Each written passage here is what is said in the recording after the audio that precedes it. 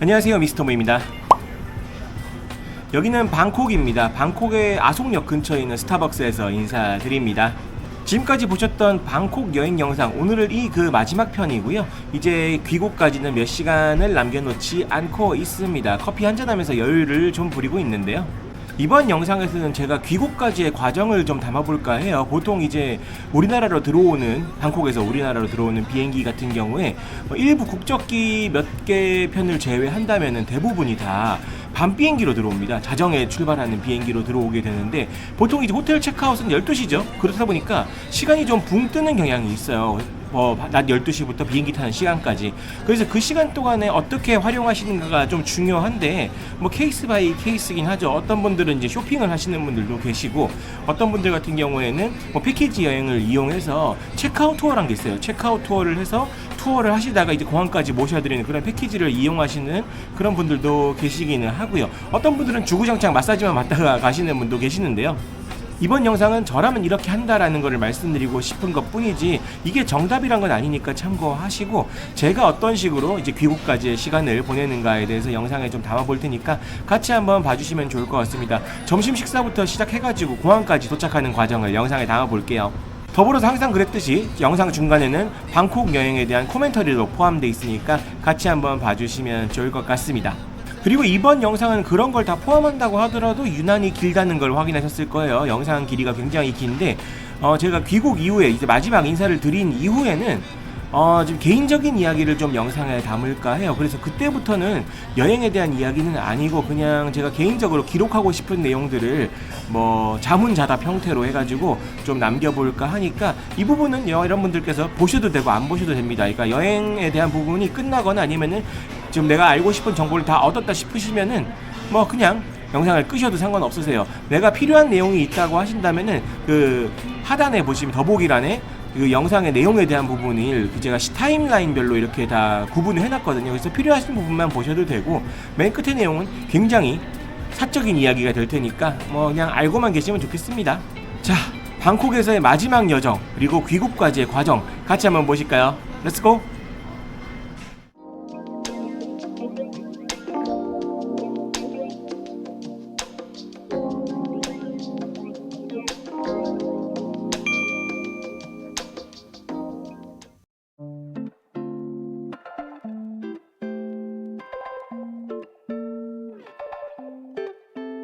정들었던 시트러스 호텔 체크아웃을 했습니다. 체크아웃을 했지만 지금 짐은 호텔에 맡겨놓은 상태고요. 점심 먹고 잠깐 할 일이 좀 있어서 할 일도 좀 하고, 그 다음에 다시 돌아와서 짐을 찾아가지고 다음 코스로 이동을 할 예정입니다. 2박 있었는데 정들었다는 표현이 좀 웃기긴 하지만 그래도 나름 2박 동안 편하게 잘 머물렀어요. 딱 가격 정도 하는 정도의 그런 퀄리티와 편안함이 아니었나 생각합니다. 일단 가장 먼저 해야 될 일은 제가 베트남 오기 전에, 그러니까 한 달 전이죠. 한 달 전에 머리를 깎았는데 이제 머리가 너무 많이 길어가지고 머리를 좀 정리를 하긴 해야 될 것 같더라고요. 그래서 여기 런더리 앤 살롱에서 머리를 좀 할까 합니다. 그냥 많이 깎을 건 아니고 다듬기만 할 거예요. 그냥 깔끔하게 제가 비포 애프터는 보여드릴 거니까 한번 봐주시면 좋을 것 같고, 거기에 대한 후기도 한번 말씀을 드리도록 할게요.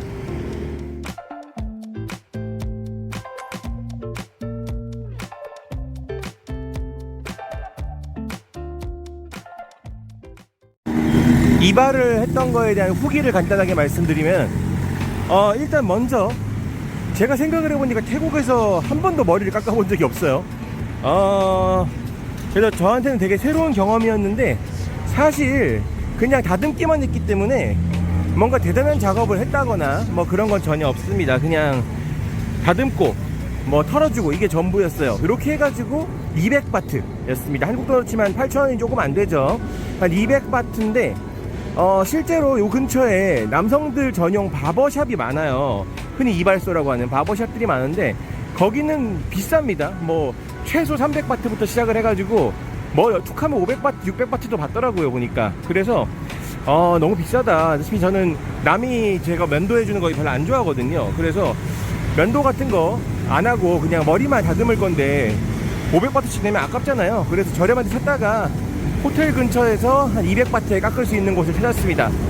그리고 이제 샴푸 있잖아요. 샴푸 같은 경우에는 250바트예요. 그러니까 샴푸하고 머리 말려주는 거 요것만 세트로 250바트인데 머리 깎는 것보다 비싸잖아요. 그래가지고 어차피 좀 이따가 제가 샤워를 할 일이 있거든요. 그래서 그냥 털어만 주세요 하고 나왔는데 잘 못 털어줬어.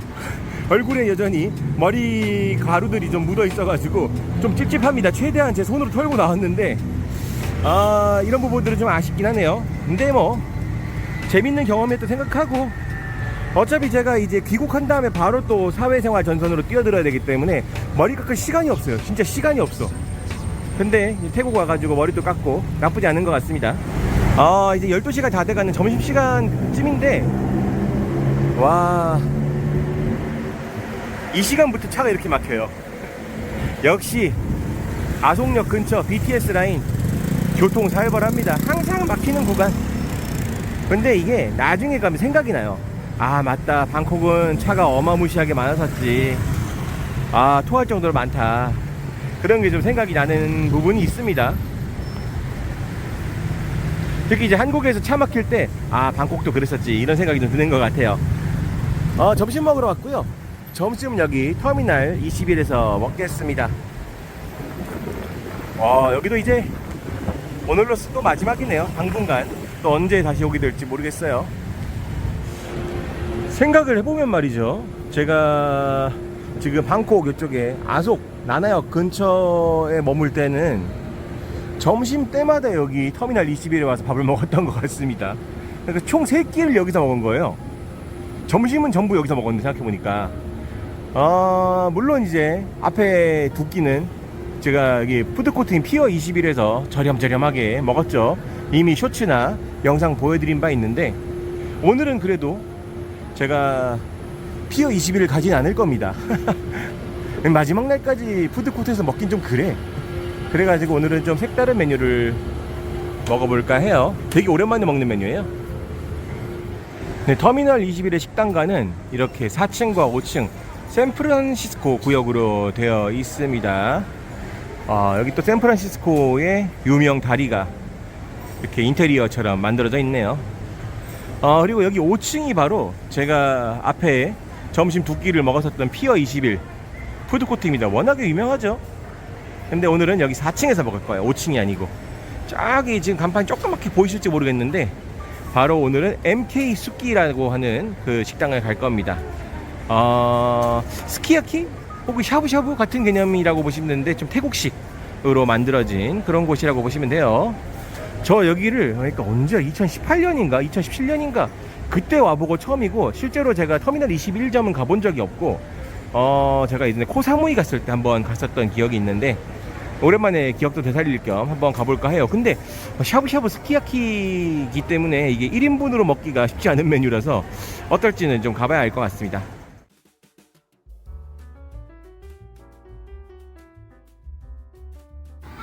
일단 자리에 들어와서 앉았습니다. 이렇게 뭐 소스라든지 이런 거 내주고, 1인 좌석은 없고 2인 좌석인데 그냥 혼자 앉았어요. 요즘에 그리고 주물은 다 이렇게 스크린으로 합니다. 영어가 있어서 다행이에요. 근데 여기 금방 육수가 끓네요. 우와. 갖다 준 거는 마늘, 뭐 고추, 소스. 이제 음식 주문을 했는데 뭐 이것저것 많이 시켰습니다. 뭐 두부도 시키고 고기도 시키고 야채도 시키고 뭐 이런 것들 많이 시켰어요. 제가 아마 지금 이번 방콕 여행에서 먹은 음식 중에서 가장 비싸게 나오지 않을까 생각이 듭니다. 맛있으면 됐죠, 그쵸? 매장은 대략 이런 느낌. 꽤 넓죠. 패밀리 레스토랑 같은 느낌이 강한 샤브샤브 집이네요. 주문한 야채 세트, 그리고 이쪽에는 이제 어묵이랑 고기 같은 거, 이게 4층으로 제가 주문했잖아요. 쫙 쌓여 있고 가운데 물이 펄펄 끓고 있고, 마지막으로 면도 좀 주문을 했습니다. 면은 조금밖에 안 되네요, 양이. 그래서 이렇게 이제 적당히 우리 샤브샤브 먹듯이 때려 넣으면 될 것 같습니다. 야, 맛있겠다, 그쵸? 일단은 어느 정도 때려 넣고 끓이고 있습니다. 뭐 샤브샤브란 게 다 똑같죠. 뭐 이런 식으로 먹는 거예요. 때려 넣고 먹는 거지 뭐. 근데 너무 숨이 죽으면 안 되니까 야채는 절반씩만 때려 넣고 있습니다. 요게 이 집의 시그니처라고 하는 살몬 그 어묵인데 맛있어 보여요. 5개밖에 안 주냐. 금액이 확실히 싸다는 느낌은 아니에요.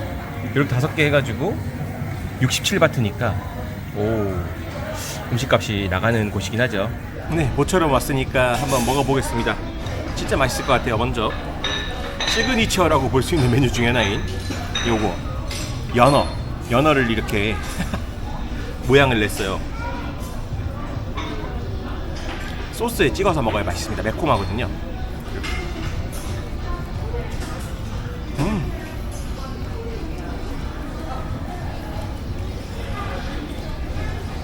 맛있어. 뜨겁다.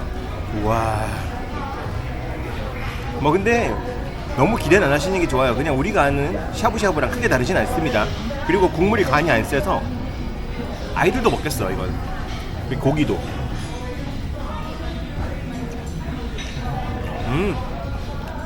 일부러 돼지고기 시켰는데 돼지고기도 위화감이 없네. 괜찮아요. 맛있어요.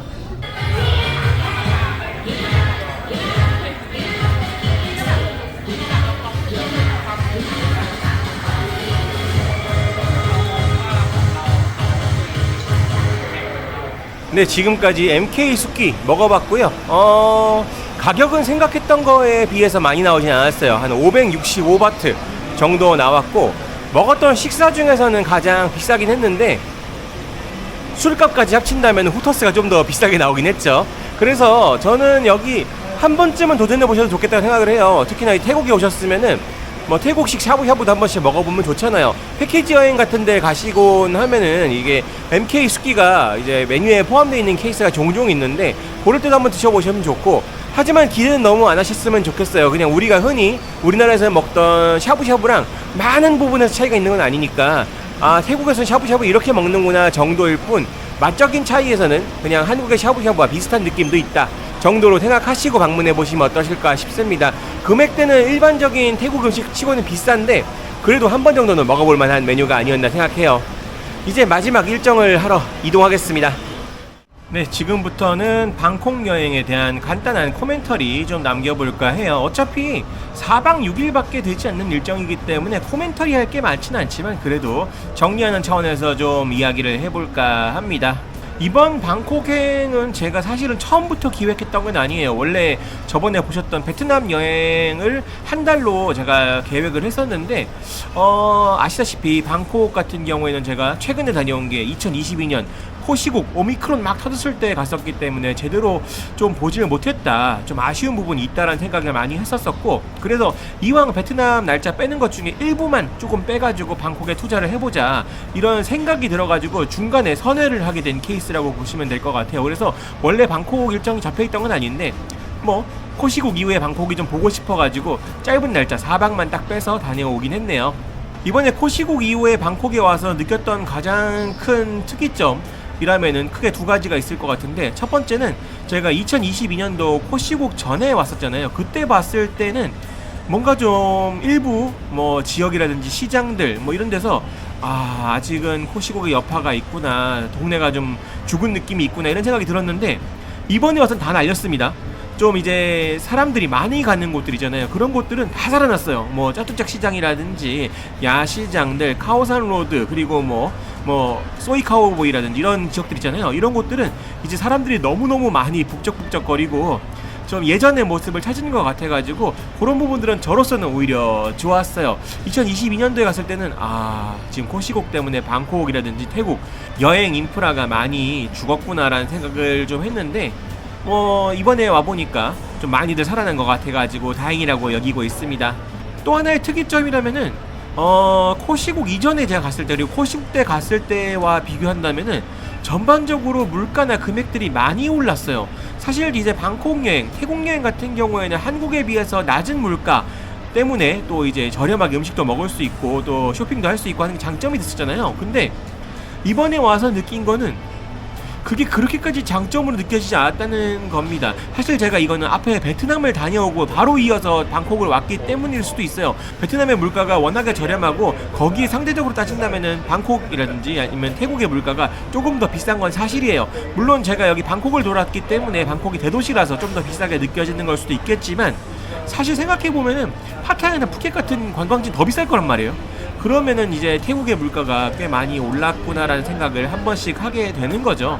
예전에 100바트만 딱 가지고 있으면 뽀사지게 먹었구나라는 그런 마인드나 생각 같은 게 좀 있었는데, 지금은 이제 터미널 21에 푸드코트 피어 21 같은 데가 아니면은 100바트로 뽀사지게 먹는다라는 느낌은 조금 많이 없어진 것 같긴 해요. 여전히 뭐 카오산 로드의 골목이라든지 아니면은 뭐 야시장 같은 데는 저렴하게 먹을 수 있는 것도 있지만, 그런 데를 비교한다고 하더라도 예전에 비해서 30%에서 50% 정도씩은 더 물가가 올랐고, 그렇다 보니까 상대적으로 다른 동남아 지역에 비해서는 음식값이 좀 비싸다, 뭐 물건 쇼핑하는데 금액이 더 든다, 이런 거는 없지 않았던 것 같습니다. 하긴 뭐 생각을 해보면은 요즘 한국 물가가 미쳐 날뛰고 있잖아요.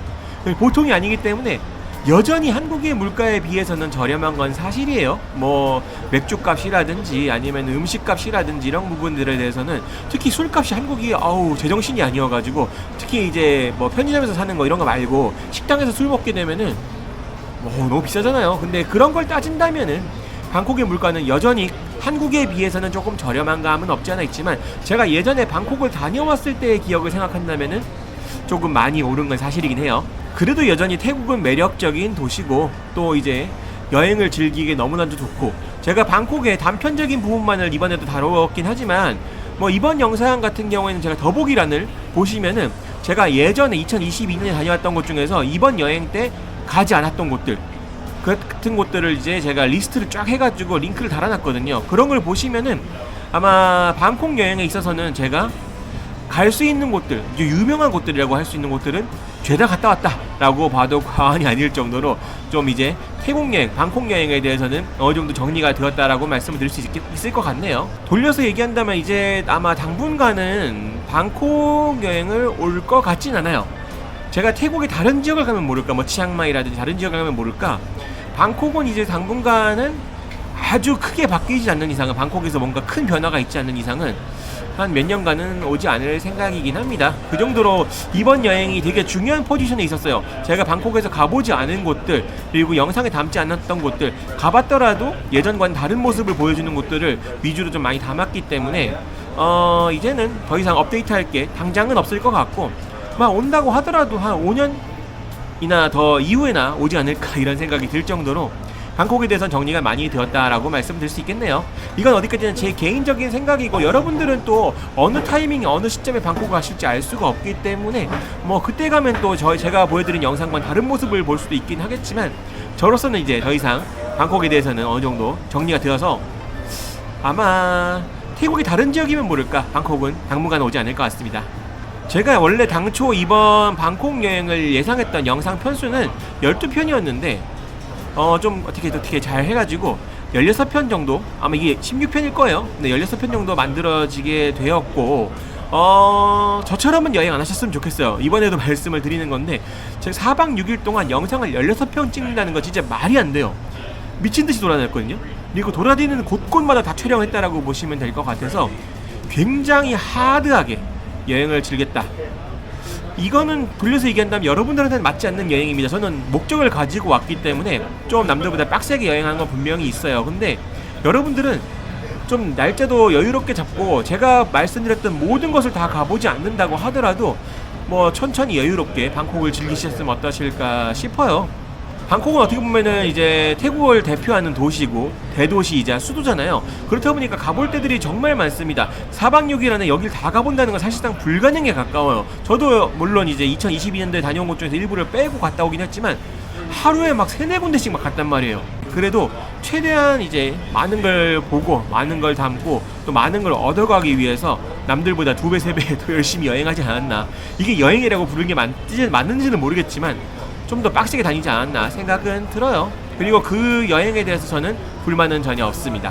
개인적으로 정말 좋아하는 방콕이란 지역, 정말 잘 즐겁게 돌아올 수 있었고, 좀 빡세긴 했지만 나름 보람찬 시간이 아니었나 생각해요. 이제 남은 시간 얼마 남지 않았잖아요. 이제 공항을 가야 되는데 공항을 가기 전에 마지막으로 들릴 곳이 있어요. 여기 들렸다가 바로 이동을 하겠습니다. 이 마지막으로 들리는 곳이 이번 영상의 핵심이 될 수도 있긴 하겠네요. 같이 가실까요?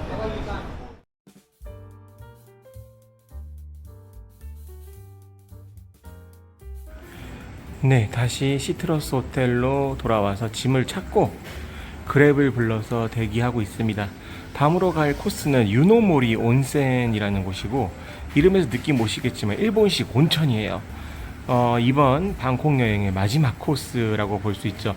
여기는 제가 예전에 그 방콕 2022년도 영상에서 한번 소개만 드렸던 바 있습니다. 그때 가진 않았었고 소개만 좀 드렸었는데, 관련 내용은 제가 상단에 카드로 띄워 드리도록 할게요. 한번 보시면 좋을 것 같고, 저도 2016년 이후로 처음 가는 곳인데, 여기가 이제 비행기 타러 가기 직전에 들기가 좋아요. 아무래도 온천이다 보니까 좀 씻을 수 있잖아요. 씻고 이제 옷 갈아입고 비행기 타기에 정말 적합한 곳이거든요. 그래서 저도 여기를 마지막 코스로 택했습니다. 지금 막 유노모리 온천에 도착을 했습니다. 3시에 예약을 했는데 그랩이 조금 시간이 걸리네요. 한 3시 한 15분쯤 도착했어요. 지금 빨리 들어가서 예약 확인하고 뭐 좀 온천을 진행해 봐야 될 것 같습니다. 온천은 아시다시피 제가 내부에 촬영하는데 한계가 있어요. 그래서 그런 점도 참고해서 봐주시면 좋겠죠. 네, 지금 유노모리 온천에 들어왔습니다. 여기가 이제 로비 겸 리셉션이고 휴식도 할 수 있는 장소예요. 저쪽에서 이제 체크인, 체크아웃을 하면 될 것 같고, 저는 이제 예약을 3시에 예약을 하고 4시에 이제 타이 마사지 1시간을 또 예약을 했어요. 그렇게 해가지고 지금 들어와 있는 상태고, 비행기가 이제 새벽 1시 비행기이기 때문에 여기서 최대한 시간을 뻐겨야 됩니다. 그래서 4시에 마사지 받고 한 6시 반쯤에 저녁 먹고 샤워한 다음에 한 7시 반이나 뭐 8시쯤에서 공항 출발하면 되지 않을까 생각이 들어요. 그렇게 일정 잡으면 좋을 것 같습니다. 지금 막 들어와서 샤워를 좀 했습니다. 유노모리 온천, 일단 이름답게 온천인데 쉽게 말씀드린다면은 그냥 목욕탕 수준이에요. 좀 잘 돼 있는 목욕탕. 하지만 규모는 동네에 있는 찜질방보다도 작습니다. 그래도 시설이 괜찮고 그 샴푸, 린스, 바디워시 다 이제 무료로 사용할 수가 있고 그런 부분들 좋았고, 그리고 내부에 깔끔하게 정리정도 잘 돼 있고, 오늘 주말이라서 사람은 좀 유난히 많더라고요. 여튼 여기 꽤 괜찮습니다. 가격이 일단 만약에 온천만 하신다고 하면 500바트, 550바트 뭐 이 정도 온 것 같은데, 저는 60분 마사지랑 같이 할 거기 때문에 세트로 1000바트 결제했거든요. 마사지랑 온천이 결합된 상품이 뭐 1000바트면 나쁘지 않죠. 물론 이제 제가 하는 마사지가 제일 싼 거긴 해요. 제일 싼 거긴 한데 그래도 나쁘진 않은 것 같습니다.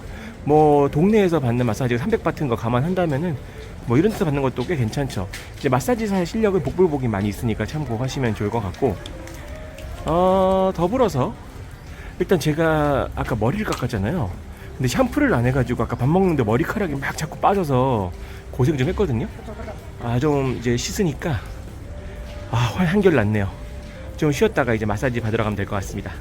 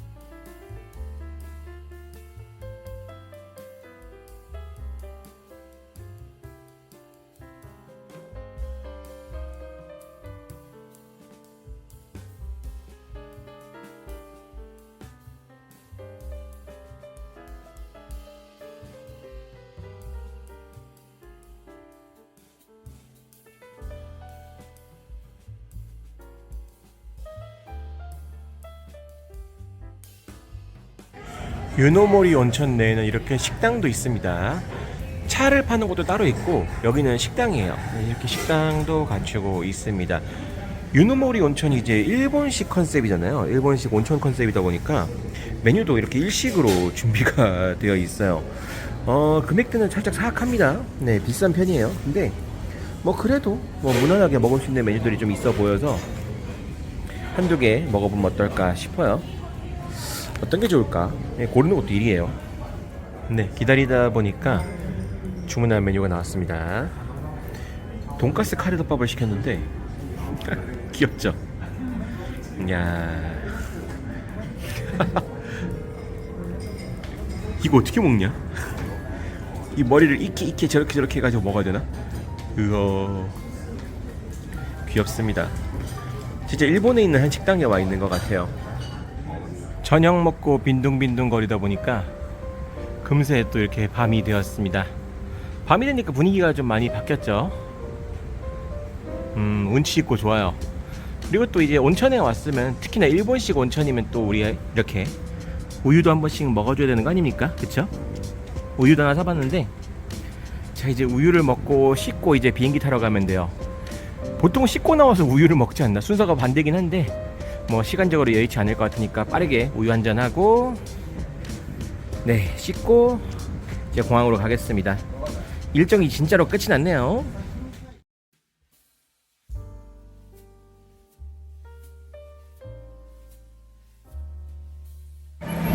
드디어 수완나품 국제공항에 도착을 했습니다.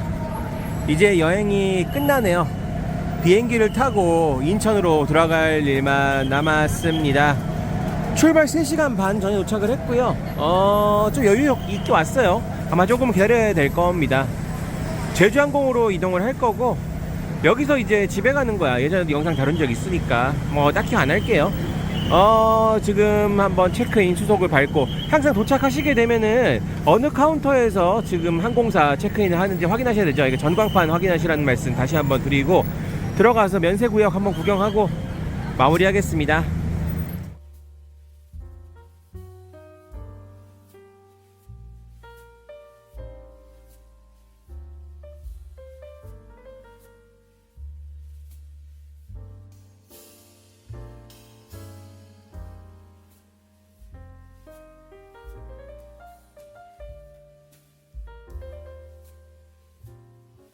네, 지금 출국 수속을 마쳤습니다. 뭐 출국 수속하는 과정이나 짐 검사 같은 거는 뭐 예나 지금이나 똑같아요. 2022년 때도 그랬고 2016년 때도 그랬고 지금도 그렇고 변한 게 없습니다. 오히려 저는 변한 게 없다는 게 적응하긴 편해서 좋아요. 매번 하던 대로 하면 되니까 뭐 괜찮았고요. 지금 면세구역으로 넘어왔는데, 지금 제주항공이 무료 수화물이 15kg예요. 근데 제가 뭐 산 것도 없고 뭐 짐이 기본적으로 좀 많긴 했나봐. 가볍게 15kg가 넘더라고요. 그래가지고 지금 오랜만에 카트를 끌고 있습니다. 백팩에 작은 가방까지 꾸역꾸역 때려놓고 재니까 14.5kg. 무료 수화물 규정을 넘어가게 돼서 1kg라도 늘어나게 되면 받는 금액이 크거든요. 특히 방콕 같은 경우에는. 그렇기 때문에 어떻게 짤없이 이제 15kg를 맞추는 게 되게 중요한데, 덕분에 제가 아까 마사지 받고 이랬던 거 어깨가 빠질 것 같아요. 아무 소용이 없을 것 같습니다. 그래서 이제 카트를 끌고 다니면서 좀 구경도 좀 하고, 딱 400바트 남았어요. 지금 400바트로 뭐 살 게 있을까 싶은데, 살 게 있으면 사고 없으면은 뭐 간단하게 뭐 국수나 한 그릇 하든가 하면서 시간을 보내다가 비행기 타면 될 것 같습니다. 면세구역 오니까 진짜 여행이 끝난 것 같고 그러네요. 방콕 공항 면세점 둘러보다 보니까 조금 독특한 걸 발견했는데, 음식 파는 곳이 엄청 늘었네요. 식당이라든지 커피숍 이런 거. 와, 버거킹만 2군데 있고 그거 이외에도 다양한 음식을 팝니다. 뭐 본촌 치킨 이런 것도 있어요. 제가 2022년도에 왔을 때랑 가장 차이가 많이 나는 부분이 바로 이 부분이네요. 식당이 정말 많이 늘었다. 일단 저도 400바트를 써야 되니까 딱 이 돈이면 뭘 먹는 게 제일 낫긴 하겠다 싶어요. 그래서 적당한 데를 한번 발견해서 먹어볼까 싶습니다. 근데 잔돈 쓰려고 하다가 뭐 400바트로 살 수 있는 게 별로 없더라고. 그래가지고 맥도날드에서 햄버거나 하나 먹으려고 왔는데, 네, 카드 결제했어요. 키오스크로 현금 결제가 안 되는데, 물론 나중에 보니까 카운터에 가서 결제를 하면 되긴 되더만서도 그냥 카드 결제를 해버렸네. 결국은 400바트가 여전히 남아 있습니다. 먹고 좀 더 돌아봐야 될 것 같아요. 살 수 있는 게 있긴 있는데 영 시원찮은 것들 뿐이어가지고, 뭐 역시나 방콕 공항에서의 면세품 구매는 적은 돈으로는 뭐 할 게 없다 정도는 다시 한번 알게 되겠네요. 야, 그래도 오랜만에 맥치킨 먹습니다.